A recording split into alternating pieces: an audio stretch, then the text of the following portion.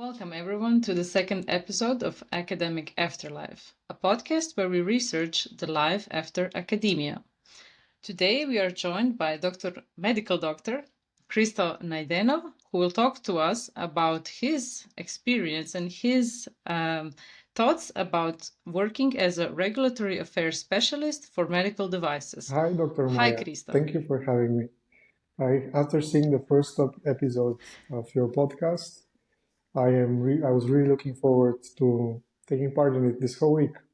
So I'm very excited to have this discussion with you. Thank you. I'm so glad you already listened to the first episode. That means I already hopefully have You a sure one do. subscriber more. And after this episode, there will surely be much more. I am positive. So to start with, I usually, in order for viewers and listeners to connect and maybe understand how they can one day work as a regulatory affairs specialist, can you tell me a little bit more about what is your Yes, of course. background? My background contains a lot of different professional experiences, which at first glance do not seem very connected, but in reality, they were all driven by something which I consider the main reason that got me to where I am career-wise, which has been my understanding that I don't know enough and natural curiosity. For education, I'm a dentist. Following several years of studies, I also graduated as a specialized oral surgeon, and I have done training, partially, which I did not finish, in oral and maxillofacial surgery, with focus on oncology and traumatology. Years ago, I used to believe that developing as a clinician was the only way I can be of help to the patients, because I studied myself and I realized that the sense of purpose to my job is something that drives me to be good at it, to excel at it, and to maintain a high standard of care. And I used to think back maybe 10 years ago, I used to think that the only way I can help people was by directly interacting with them by providing treatments. But as I was working on my specialization, as I was surrounded by many different clinicians, I realized that there are also other ways where I can help the patients, not only in a personal level in a clinic, but also globally. So apart from being a clinician, having had some experiences doing surgeries, having done some dissertations on surgical treatments, I also have experience in medical device manufacturing. Back when I was a student, I took part in several educational platforms, and later on, I took leadership roles in different symposiums, congresses, which when I was doing them, I did not realize what benefit it could have, but it was the biggest eye opener for me to actually understand the different structures within the healthcare and the medtech industries. I was I was I was managing several of the biggest congresses for young clinicians in my country.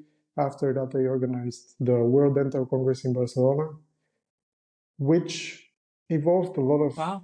organization, a lot of managing people, but which doesn't really contribute to the development as directly to the regulatory affairs specialist, but it does help you work with many different manufacturers.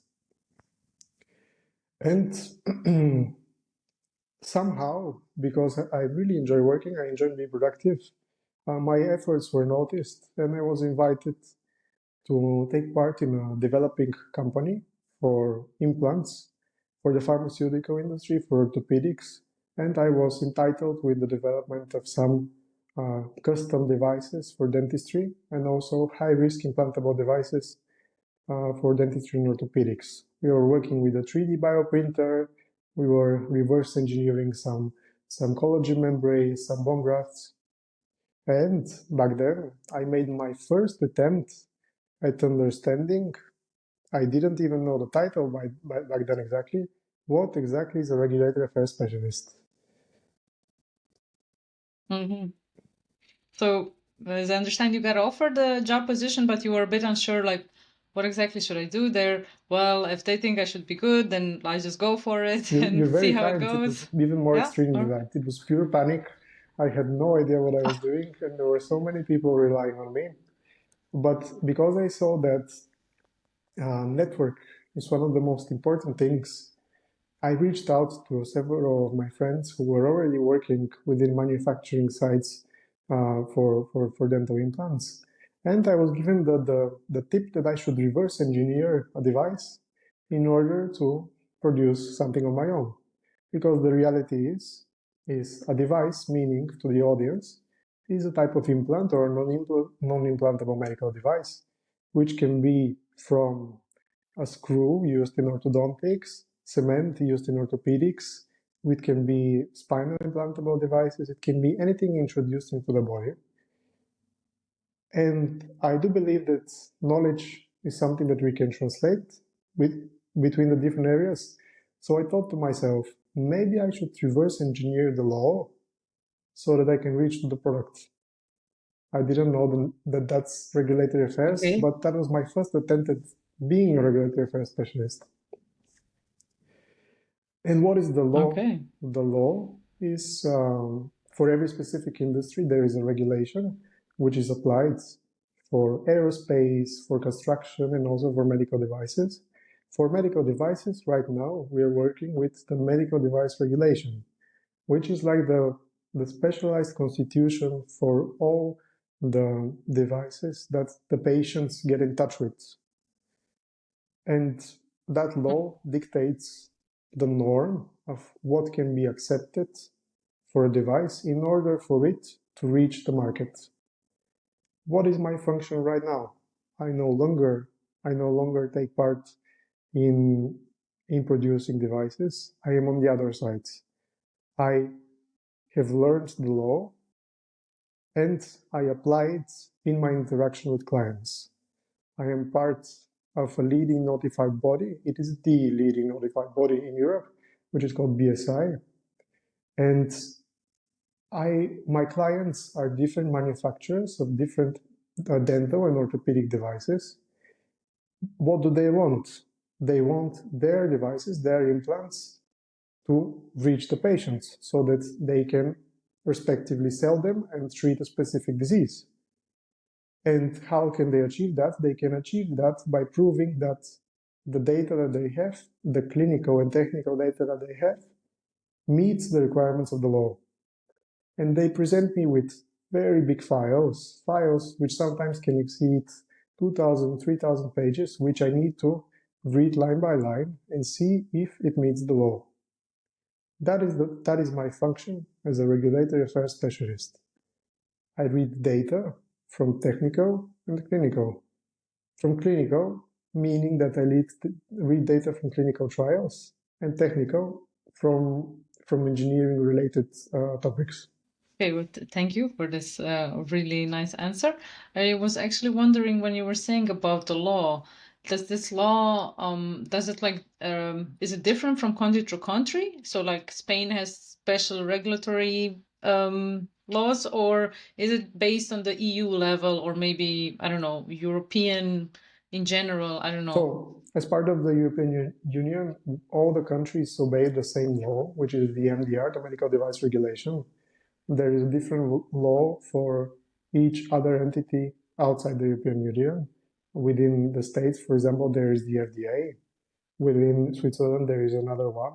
But in order for a manufacturer, whether it is from Asia, from USA, or any other part of the world, to introduce their implant to the European market, they need to obey the European law and vice versa. Okay, so if you have a European company that wants to put its product on the US market, then you have to make sure it follows the Correct? regulation of Yes, FDA, exactly. right? Yeah. Or okay. Okay. Well, that's interesting. So I don't know. I can only imagine how your typical day looks like. But you said you have to read really a lot. Does it mean that you have to be a person who likes to read, or are you someone who never really has done that much reading before, but simply went with the job and you adapted to Um, it? Definitely, 100%, one should enjoy reading and one should enjoy Okay. understanding the different nuances of using words. I like languages. I've studied several languages, and I would say that studying the medical device law was like a different language because behind every word there is a very Okay. specific intention, which, when you apply the law in a real situation, it makes a complete difference. And my work every day consists of audits. I conduct audits. I am presented with these big files that I mentioned. I analyze them. And after I have gone through them, I need to produce, which means that I start writing. My work involves a lot of reading, a lot of analytical thinking, a lot of a good memory baggage. You need to really memorize a significant amount of data that you're going to use daily, and some writing. Okay, and so, but most of your work is then in English, or is it, you said you learned a couple of languages, so do you have to also work in those different languages, or you mostly just work in Because I English? am dealing with clients, there are clients from all around the world. For example, something that is beneficial to my current employer is when I speak to Spanish clients or when I speak to French clients, simply, even though the official format of the communication is in English, it helps explain things and understand. But fluency in English, in order for somebody to become a regulatory affairs specialist, is a must. Especially, to be completely transparent, especially in when it comes to reading, understanding, and writing. When it comes to speaking, because I have had brilliant colleagues reach out to me worried, how am I going to do that if I have such a strong accent in French, if I have such a strong accent in Russian? Then I try to explain to them that my accent is almost as strong as theirs, and that really it's not how you transmit, it is what you transmit in this case. Okay. Well, so it's definitely then beneficial to know multiple languages, even though you may not sound like a native. It does not really matter because you're talking about the law, and the law should have like, it shouldn't It's care about true. your That's accent, perfectly said. right? That's perfectly Yeah. said. So I was wondering, because a lot of people, when they're thinking about their job after a PhD or some sort of education, they're thinking like, what would they like for their day to look like? So they're thinking, oh, maybe I would like to work more from home because I don't know, maybe they're not super social person and they like working from home. Someone else is thinking, oh, I would really like to go to a big company where I work from 8 to 4 and at 4:01 I close the door and I go home. So how does it look like for you? Or maybe do you know of more, like maybe you have a colleague who has an option to work from home, but you don't, and I don't know. Can you tell us a Yes, bit more about you're that? touching on a very important topic. I believe I'm good at at the job that I'm doing, and I'd like to maintain it at that level. And I feel like at the base of that is really knowing yourself, and it's about how you function. Hmm. I feel like one of the biggest contribution for me to finding a job that I feel like matches my profile was understanding what I'm good at and how I can implement it. Um, I have always been reading a lot. When I stop working, I continue reading. I used to think that I would not be able to because I spent entire days doing so, but it is part of my program, let's say. The job as a regulatory affairs specialist involves daily communication with many different clients, with colleagues. It may not involve it. The reality is, it may not involve it. You may exist as a regulatory affairs specialist without interacting with a lot of people. But if I wanted to set a Yeah. good example, if I wanted to give a tip, it would be that interaction should be maintained. It sounds trivial, but networking should be a habit. Ideas should be exchanged all the time, and advice should be asked. Because there is a lot of knowledge to the conclusions that people are willing to share when they have a one-on-one conversation. There is a lot of knowledge in reading as well, but it's not as time efficient sometimes. So yes, I do work at home partially. Very often I do on-site audits, which means that whenever there is an audit that needs to take place in a manufacturing site, an expert goes there and they interact with the manufacturer, they check the quality of the documentation they have, they make sure that the implants they're making or the medical devices they're making are safe for the patients. The job is perfect for a person who has a lot of curiosity, who has a lot of attention to detail, and he likes to solve problems. Okay, well, I heard that a lot of times. A lot of jobs are good for people who like to solve problems. It would seem that world has a lot of problems to Well, be solved. And of course, we all need to work on that. I agree. But so if you say you partially work from home, so I don't know, you were saying you have clients from different parts of the world. So sometimes it can happen you have a meeting at like weird times because you have to adjust to yeah, your client. I have clients from Asia, clients from USA, clients from South Africa, many different time zones.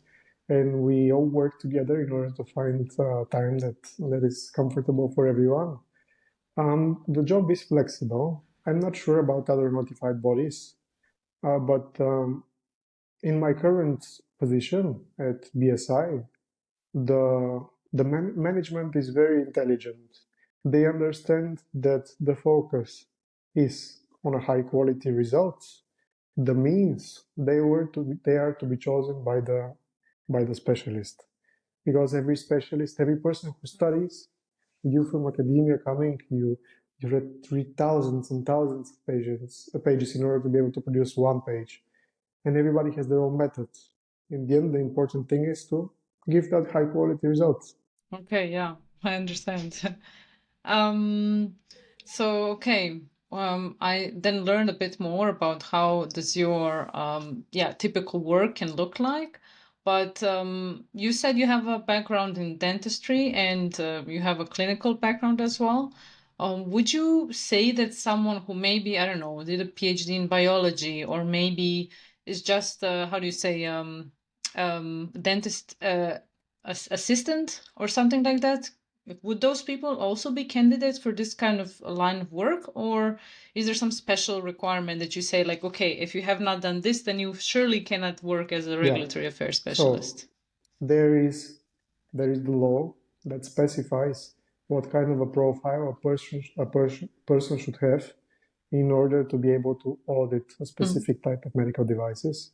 So within that same law that we've been talking about, it is stated that the clinical assessor or the technical one needs to have specifications which are supported, which are related to experience with the product, experience with the patient population, meaning that I need to review devices which I have seen clinically how they behave, whose problems I know what they are realistically with a real life patient population, or I need to have had previous experience having reviewed them. Coming from academia, I would definitely say, because I can understand how difficult finding your career path can be, I would definitely say that a product or a material related specified knowledge is what opens the door to regulatory affairs. Because to look at it pragmatically, what does my job consist of? It consists of regulatory knowledge, law, and it consists of device-specific knowledge, clinics. Because as a clinician, I have either implanted the device or I have studied it in a sufficient enough detail in order to understand how it behaves.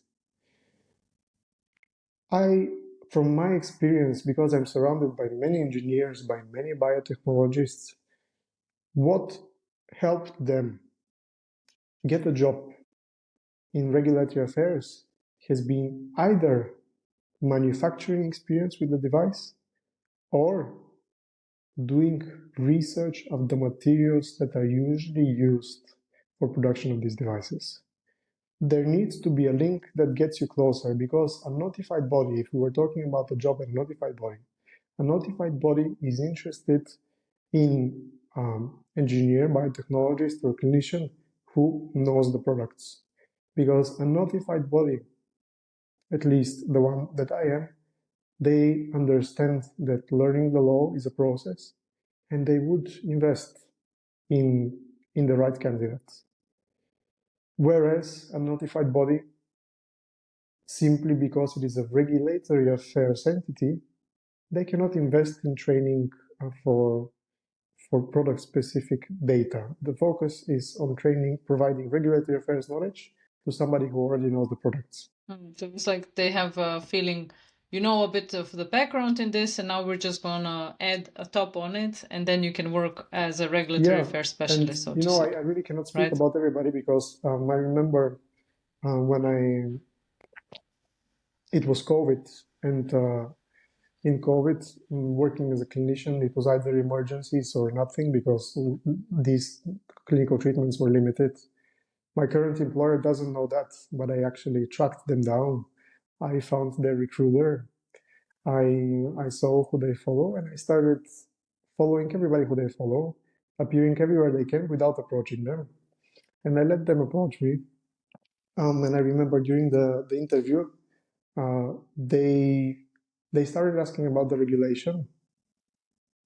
I did not have some knowledge of the back then MDD, which is the Medical Device Directive, and some guidances, but they were mainly interested in knowing what are clinical trials? How do we do a clinical trial for this device? What are the clinical considerations? Those were some of the questions that were brought up. During the job interview. I've had several job interviews. Back when I was looking for a new professional challenge, I had job interviews with other similar employers. And it came to me clearly that knowledge specific to products, to clinical situations, or the technical aspects of products are what matter most. Okay, so I would say, yeah, for any biology, I don't know, related PhDs or similar disciplines, if you have experience in materials that are used for medical devices, then definitely that could be regulatory affairs specialist, could be a career that it's not even hard for you to get into. Certainly, there is a lot of competition. Yeah. I feel like a talented, motivated person can prepare for this job, but the key would be is to not wait. I would definitely say that waiting for you to finish your PhD or waiting for you to finish your education is really not the best strategy. I know how life-consuming it can be to try to combine 5 different things, but I would really encourage young biologists, young engineers to get that device-specific knowledge while they're studying. There are many ways to collaborate with manufacturers. Manufacturers are very curious about recruiting talent. Maybe you need to go through design of a product. Maybe you need to be an intern at a manufacturing site. Maybe you need to start doing like units, make a congress, and then have all these different brands work with you. That way you understand what the products are before you land a job in a notified body. Maybe you like making products and you stay within manufacturing. It really depends. A regulatory affairs specialist produces documents. A product designer produces products. What would you like based on what you are, what type of person you are? Would you like to be treating patients directly by making implants? Or would you like to ensure that the others are treating patients right? The latter example, like actually you do have sort of a bigger effect on the market and on the patients in general, right? So it all depends on what kind of person you are. Some people really prefer having a one-on-one patient contact and work, and some really don't mind working as you work. So I think it's good that both options are out there. But actually, I wanted to ask you still more a bit. You said you had different clients from different parts of the world, but you are employed by a certain company and then they connect you with their clients? Or is it also possible to work as a regulatory affairs specialist and a freelancer so that you find your own clients? And I don't know. That's why I'm asking how does it work in this line of Absolutely. work? So the regulation is so difficult to interpret. It really is. And unless you're provided with the right training, it can be a nightmare. Back at the company, which I was developing with a few brilliant colleagues when we were making custom implants and 3D bioprinted tissues, understanding the meaning behind the law, it was more than challenging. So because it's so difficult to interpret, and because it can be interpreted in many different ways by different people, because people come from different professional backgrounds, also people have different linguistic limitations. Sometimes there are people who are not fluent in English, and they may not pick up on the difference between should, must, could, which make a completely different way of action. So because it's so difficult, many manufacturers are struggling, many clients are seeking for help. Many of them reach out to consultants. Consultants are regulatory affairs specialists within a specific area. For example, let's say there would be one dedicated to technical, to engineering knowledge. There will be others like me who are clinically educated. And they would either make part of a consultancy firm, there are big firms. There are also big recruitment firms that have access to a pool of talents which they contract, which is essentially freelance. Or there are the others like me who take part in notified bodies. There is a total of approximately 30 notified bodies in Europe. The one that I work with is covering a third of the MDR certified devices, so it is the leading one. So it would depend on how confident you are on existing on your own. A notified body gives a very big support of other experts being there to help you, of you're very close to the interpretation of the law, meaning that you're going to be one of the first people to hear what is the right way to understand it. And yeah, you have a support system, and you're working within very high requirements. Our work is constantly audited, which means that we have no other choice but to produce high quality conclusions. Whereas a consultant, you are on your own if you're freelance, and your conclusions define you. Your mistakes define you, and you either learn from them or you become unemployed. Yeah, I mean, that's sort of an advice for anyone in general in life, right? Your mistakes do define you. But it's about how many times you get up after a mistake, right? I would maybe want to ask you a final question now. So, what would you say are the top 3 skills that are important for this job to really thrive and be good at it? Being open-minded is the first one. Why? Because even though you may have an idea of where your career should go, I believe that in the early stage of your professional development, at least for me, I did not know enough to say that I know the whole industry, to say that I understand it globally. So my open-mindedness helped me to work in every possible interest direction that I found interest in. That way, that gave me an understanding of how the different institutions, companies, patients relate. That was very helpful. The second one would be being good with words, which can be either related to the way you socialize, so social intelligence, but also related to how you read and write. I feel like it would be unacceptable for a regulatory affairs specialist to not have a fluency in English, at least written when it comes to reading. And the last one would be just a little of curiosity. Nobody is going to push you to read these 15,000 pages in the next 3 days. Unless you are genuinely interested in understanding how you can help the patients, understanding the law, unless you're passionate about being updated constantly because there is a rainfall of documents that are constantly updated.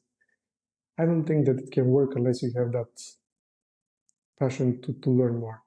Okay. Well, thank you. I hope some of my listeners and viewers find themselves in the description of the job. Maybe some of them reach out to you. Where could they Yes, they reach you can if reach they me wanted on to? LinkedIn. My name is Christo Najdenov with CH. And there is also my email connected there. I would be happy to help anybody who is looking for a mentor because mentors have been the game changers in my professional development. Interesting. Yeah, well, I think we have enough information for someone to decide if this job is for them or not.